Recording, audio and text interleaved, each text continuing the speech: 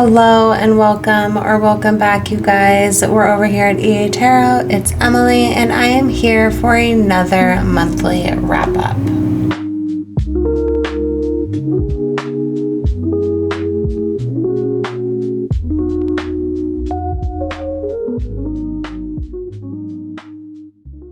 So before I dive into things, I do have a couple honorable mentions. I don't think you guys are going to be surprised by that at all.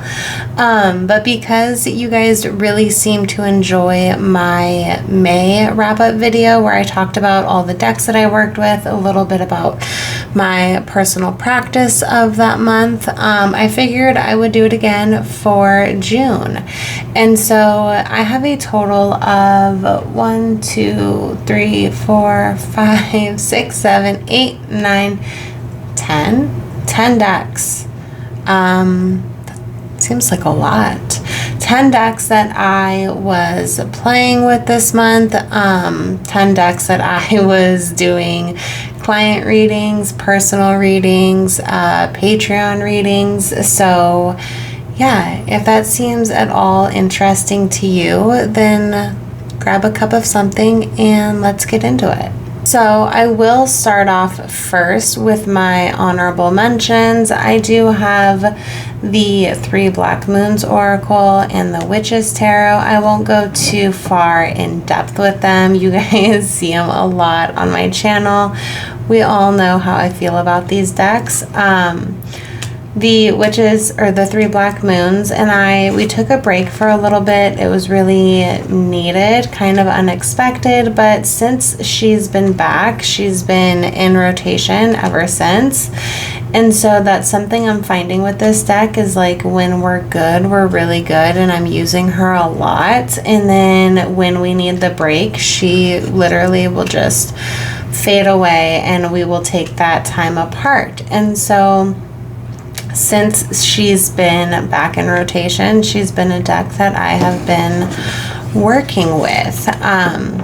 So yeah, that is the 3 Black Moons Shadow Oracle by Burning Paper Hearts. And then in that same note, my second honorable mention is obviously the Witches Tarot. I talk about this deck so much. It's no surprise to anybody, I'm sure, at this point. But yeah, this is a daily deck for me. So it lives out on the altar space. I pull from it whenever, however many times I feel like it throughout my day. And that's one of the really beautiful things with reading cards and kind of being in this line of work is that I have access to all of my decks all the time. And so yeah, the Witches Tarot, she lives obviously out of her box and in my space and on my altar or on my work desk where I film. And we connect at least once a day. Oftentimes, you know, I'll pull a card 2 to 3 different times. And that goes for personal readings as well as client readings and as well as, you know, like Patreon or Instagram readings. So yeah, that is my Witches Tarot, which is the second honorable mention. Now that we have got those out of the way, let's kind of dive into some decks. So let me go, I guess we'll start over here. Sorry about that. This is the Telesma Tarot. I adore this deck. I know I've talked about it before. I did my monthly overview tarot practice. If you're unfamiliar with what I'm talking about, I discussed it, I think, in my May video. I do it every month. It was a practice that was inspired by Tarot Magpie and kind of how they work with the cards. And so basically I pick one deck to do a single card draw with for every day of the month. And then I go into my planner, my trusted Magic of Eye over here, and I will go into the guidebook and I'll jot down just a few things about that card. And it's not so much a divinatory practice. It is definitely just a way for me to further deepen and strengthen my connection to the tarot and to still get my hands in it. Even on such a minute level of maybe 5 minutes a day, it really does make a difference. It really does add up.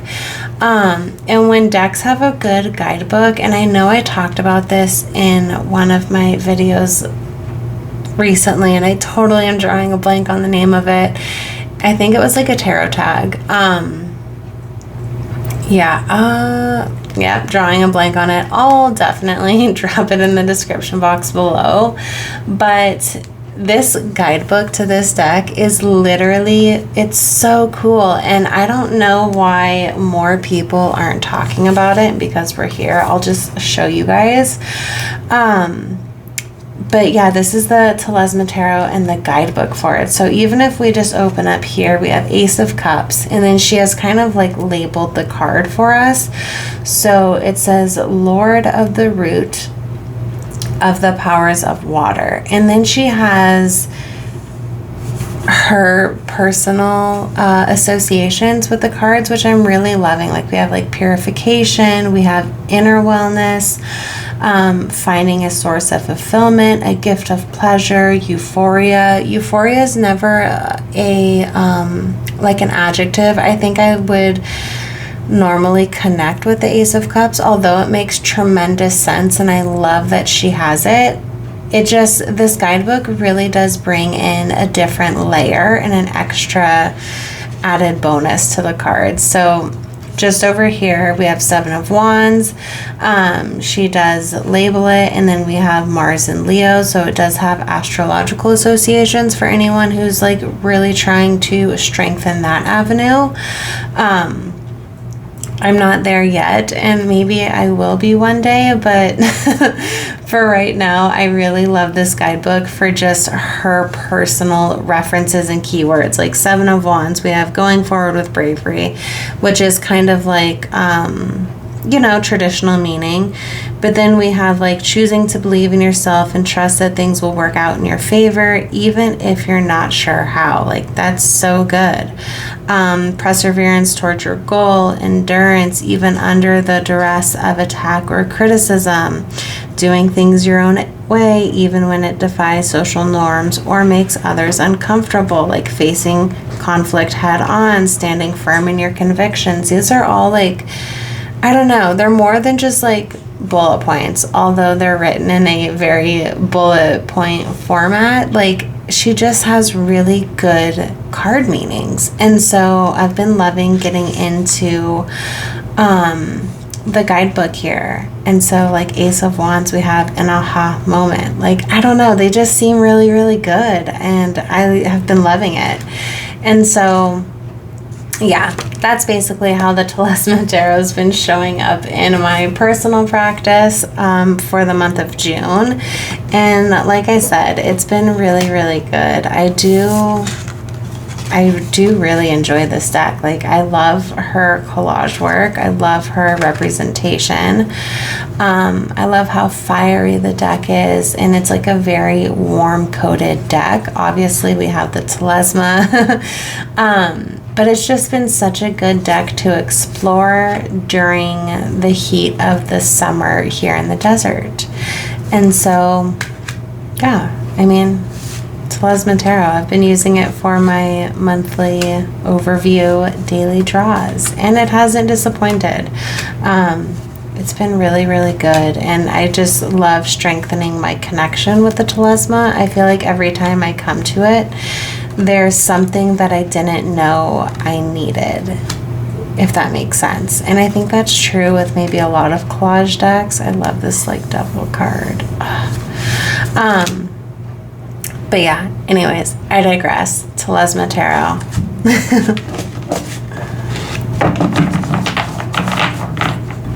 Okay, moving ahead, I am going to reach over here. Obviously, all of these decks are out of their boxes because I have been quite literally working with them every day. So yeah, here we have the Desert Rites Oracle. I have been using this deck so much for writing and a lot of just like, I don't know, personal exploration, I guess you could say. I've been really loving the imagery in this deck. This was a deck that I was working with in May, and I continued to work with it in June, and I've also been working with it with the 3 Black Moons Oracle over here. And when I pair these 2 Oracle decks together, it's like a combustion of magic. I swear, I get some of the most profound insights and like intuitive hits. They're just so good. And if you're on my Instagram, I've done a couple readings with these 2 together, and I just think that they're really, really spot on. And aesthetically, they even kind of really even each other out and go well together. And I've just been loving the practice of working with this. This was a deck that I bought for myself for Mother's Day, and I'm so happy that I did, because it's been just such a sustaining deck to work with, especially, again, you know, during the heat, during the summer. It's just, there's something about the desert and the intensity of the heat and exploring yourself that I think, you know, I think everyone should do. And aesthetically, it's a really nice deck to work with because it does have those cooler tones. I've just been really enjoying it. I've been really reaching for it. It's even really, really good with the Witch's Tarot. And maybe I'm just crazy here, but I will definitely try and pair as many decks as I can with the Witch's Tarot and the 3 Black Moons, just to see how they read. And yeah, they're good. So that was the Desert Rites Oracle. Let me see. I'm going to set that off over here. And next we're going to hop into the Death Doula Oracle. Now, I love this deck. It has such a presence in my collection, and I love that I am just able to reach for it whenever I feel called to reach for it. The guidebook to it, to me, is good, and it's definitely necessary with some of the cards in here because the write-ups are really good, but the guidebook can feel a little overwhelming. However, I don't really work super closely with the guidebook to be able to tell you, like, you know, yay or nay on it. I definitely think it's personal preference for sure. But I've been really enjoying this deck. So on a more serious note, someone in my husband's family has been diagnosed and they have been put on hospice. And so until they were able to get in with hospice, I was going over there and staying with them. And so, you know, I would pack up my girls and I, and we'd go for a couple hours a day and just kind of sit with them and chat, you know, when they were awake. And it was really, really beautiful. And I'm very grateful for that time. But because I was doing that, I felt really, really called to bring this deck back out. And although, you know, Death Doula is, and it very well can be like a metaphorical experience, I'm also a doula. I'm also a birth doula. I'm a traditional birth attendant. So I do a lot of that work. And I don't shy away from death work. Obviously, death work is very, very close to my heart. But whenever there is a physical loss that I am experiencing through clients or, you know, in this case, my in-laws, this is a deck that comes out and she makes her presence known, and it's really, really sustaining for me. Now, I have been doing some client readings with her, and I don't believe she's made her way into any Patreon readings, but if you're curious about that, you guys, I'll drop my Patreon into the description box below. But the Death Doula Oracle has just been a deck that I have found really, really sustaining for myself during this time period. And, earlier this year, I was working very, very closely with a client who was experiencing a parental loss. And during my work and conversations and readings with them, the Death Doula Oracle also came out there. But more than using it for them, I used it as a way to guide myself. Because even when you hold space for people in this sense of this really big transition, I still need to be held too, if that makes sense, like energetically and spiritually and in all of those really good ways. And so this deck, she does that for me. And so, yeah, I guess that's just a really long-winded way of explaining the Death Doula Oracle, but that's definitely how I've been using them, or her, the deck, in my personal practice during the month of June. And so, yeah, it's been good.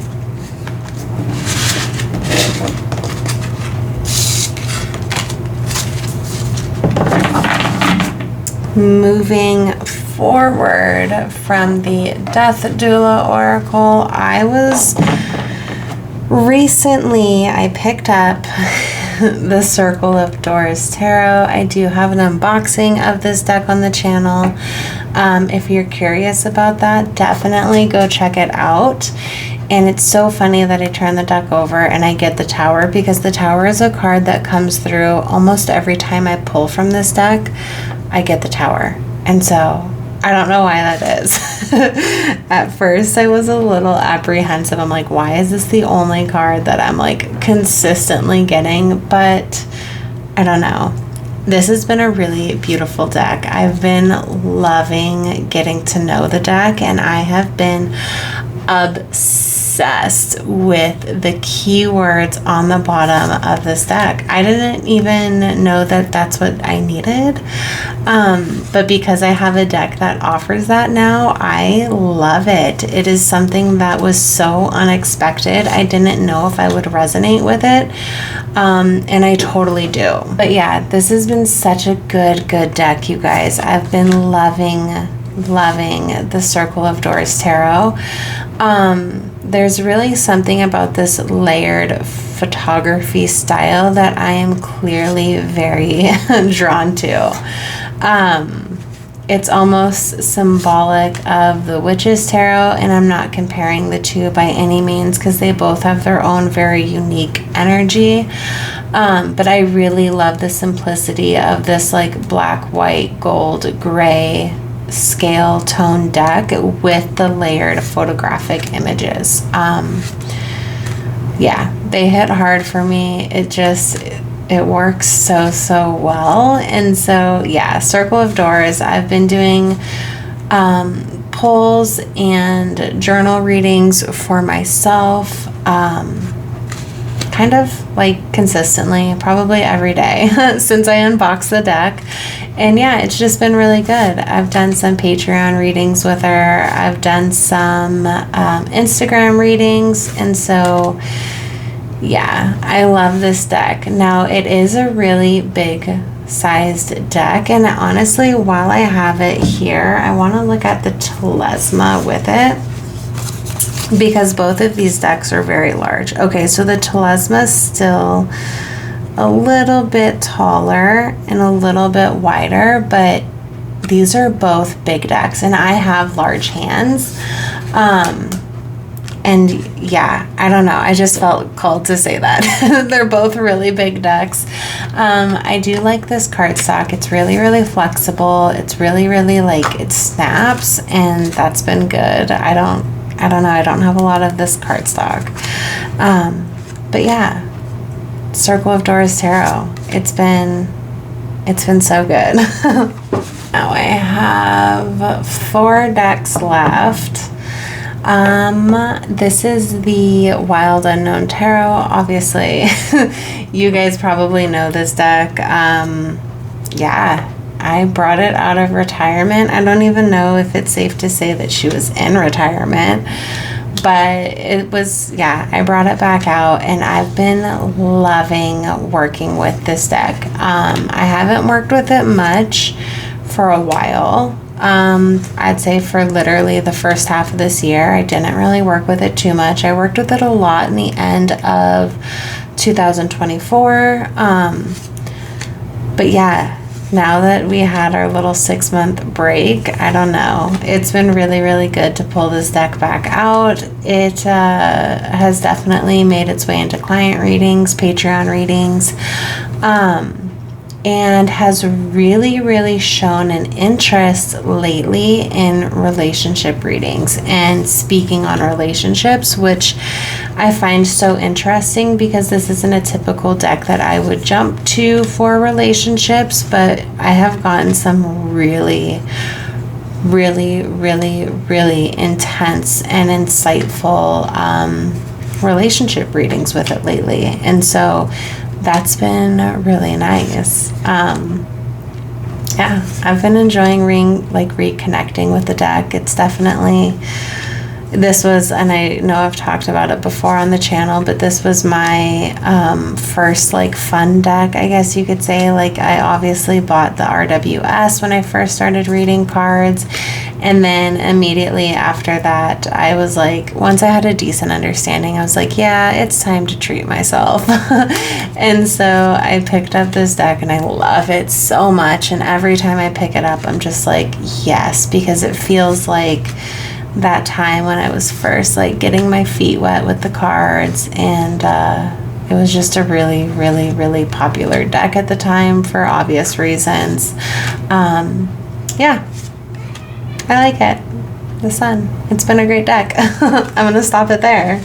Now, in that same interest, I have the Animal Spirit Oracle from Kim Kranz as well. And I figured since I was using the tarot deck, I could obviously pull out, the Oracle deck that I would read a lot together with. And yeah, it's been so good. I love animal decks, and I feel like this is a very solid animal deck, and the guidebook to it is just chef's kiss. I really, really enjoy it.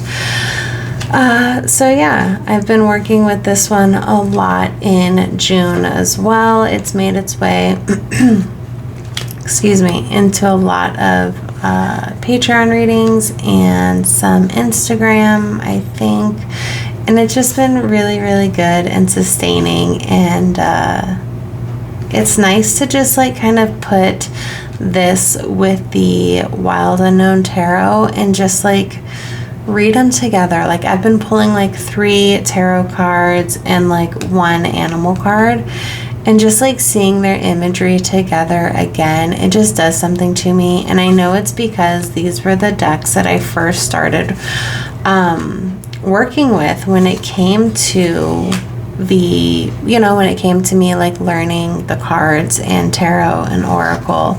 This was my first oracle deck, and so yeah, it just does something to me. I don't even know, but seeing them together has really kind of been a homecoming of sorts, I guess, and it's just been really, really sustaining. I've been getting so much octopus energy lately, it's crazy. I'm gonna leave that there on top. And I have 2 decks left. We are not doing too bad. This is the Outlaw Oracle. I know you guys know that. I love this deck, and I was actually doing a lot of readings with the Outlaw Oracle and the Witch's Tarot together, and oh my god, that has been so good. This was, I believe, also in my May deck wrap up, and I've still been continuing the practice of it. It's just been, it's been so good, you guys. This deck is really, really representative of what I see in my day-to-day reality, just because of the lifestyle I live and my geographical location. This is just like home. And so, yeah, I've been really, really enjoying reconnecting with this deck because we did have some time apart too, and since she's been back, we have been, you know, head over heels with each other, and it's been giving really, really incredible readings. If you don't have the deck and you're curious about getting the deck, I would say if you like the Witch's Tarot and the Circle of Doors, I think you would really, really like the Outlaw Oracle. And so, yeah, I don't know. It's just, again, it's one of those like photography style decks. This obviously isn't like layered photographic imagery, but it's like still really good, and it's still like really, really beautiful. It reads really nicely together with the Witch's Tarot. So if you have these two in your collection, definitely whip them out and put them together and drop a comment. Tell me what you think, because I think you will be oddly surprised at what comes through. And so, yeah, this is the first edition of the deck. There has been a second edition, like a new release, where two of the cards are changed. I believe it's the Pioneer and the Good Timing Man over here. And I really just need to do myself a favor and get the second edition as well, because I freaking love these decks. Like, I love my Outlaw Oracle and the Desert Rites Oracle. They are both, if I am correct, I believe they're both published by the same company or lady. And then obviously Hilary Banks self, you know, did this whole entire Outlaw Oracle. And then she wrote the guidebook for the Desert Rites that I showed you guys earlier. And so I'm just a huge fan of her work in general. And so, yeah, I don't know. I love it. I love this deck. I love that we have Buffalo. So good.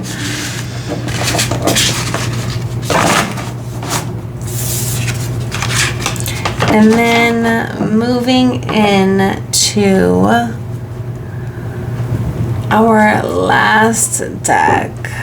This has been kind of fun.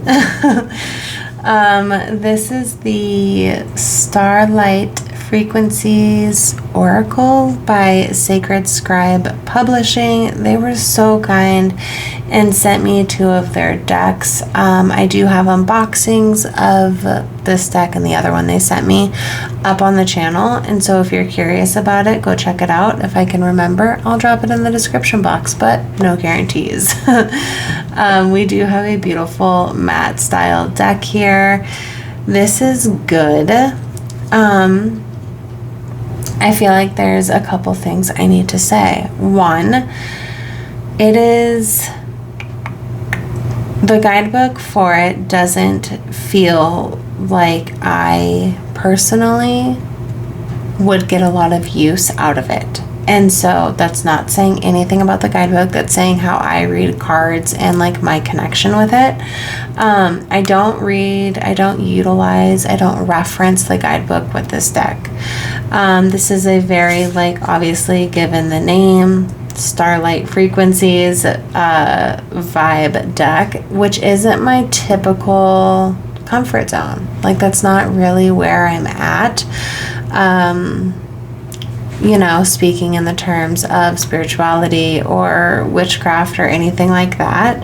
But I really, really enjoy some of the images and some of the messages on these cards. And so I have just recently, since I unboxed the deck, have started to kind of pull from it and kind of get like a feel for it. And it's been good. It's been really, really interesting. Like I said, Now, I don't vibe with like all of the stuff down here, but that's okay.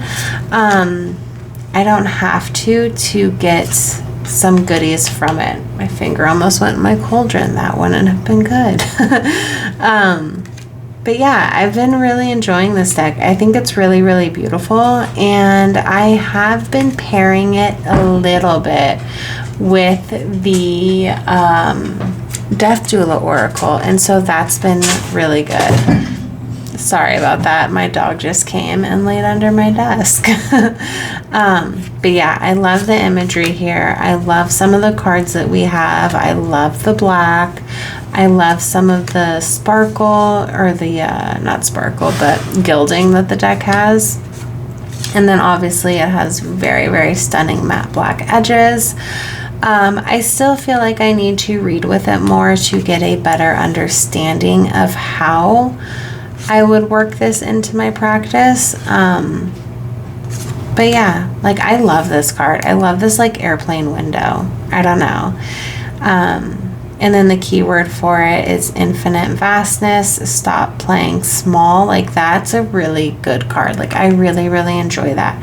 Some of them, like we have patience. Some of them are very like light codes. Energetic frequencies are flowing to your system and activating what it must at this time.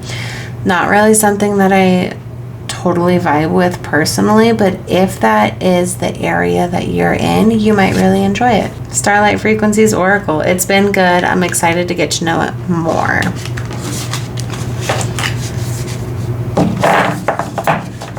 So, if you guys have been working with any of these decks lately, or if you saw this and now you're like, I kind of want to pull them out of my collection and kind of like see what they have to offer, I would love to know. Drop a comment below, kind of let me know like what you're thinking, what decks you reached for a lot this June, and like why, you know, is there something that was like specifically calling towards you, or a deck that you just really, really had a very profound, sustaining daily practice with? Like I'm intrigued. Let me know, you guys. Anyways, I appreciate you guys spending your finite time with me. As always, I will see you guys again very, very soon. Bye.